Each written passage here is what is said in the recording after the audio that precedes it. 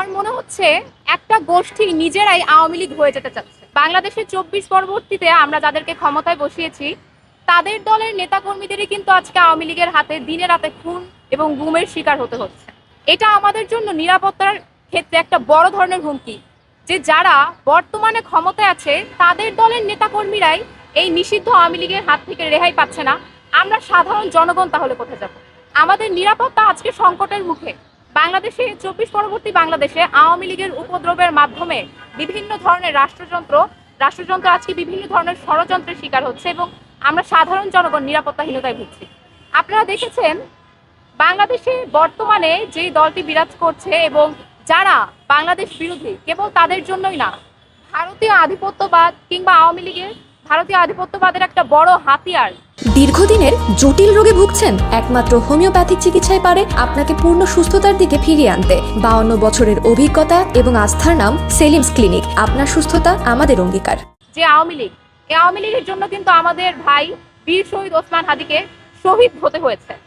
এবং বাংলাদেশে বর্তমানে যে পুশিনের ব্যাপারটা চলছে, ভারতীয় বিভিন্ন রয়েল বাহিনীকে, ভারতীয় বিভিন্ন নাগরিককে যারা বাংলাদেশ বিরোধী তাদেরকে কিন্তু বাংলাদেশে বিভিন্ন ষড়যন্ত্র করার জন্য বাংলাদেশে ঠেলে পাঠিয়ে দেওয়া হচ্ছে।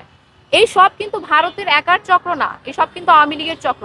এবং বাংলাদেশে এই যে আওয়ামী লীগ নিষিদ্ধ হওয়ার পরও তিলে তিলে এক একটা ঝটিকা মিছিল বলেন বা এক একটা সমাবেশ, সবকিছুর মাধ্যমে পুনরায় তাদের অস্তিত্ব বিরাজ করতে চাচ্ছে। এটার পেছনে বাংলাদেশের বর্তমান প্রশাসন, বাংলাদেশের বর্তমান সরকার চরমভাবে দায়ী।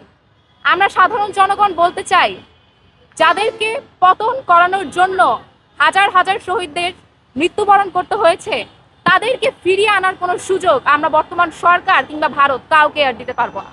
এবং যারা আমাদের মনে হবে এই প্রশাসন হোক, যারা এই প্রশাসনকে সহায়তা করছে, যারা আওয়ামী লীগের প্রশাসন নিয়েই বর্তমানে রাষ্ট্রযন্ত্র পরিচালনার চেষ্টা করে আওয়ামী লীগেরই পুনরাবৃত্তি ঘটাতে চাচ্ছে, তাদেরকে আমরা সাফভাবে বলতে চাই, আপনারা নতুন করে আওয়ামী লীগ হয়ে যাবেন না।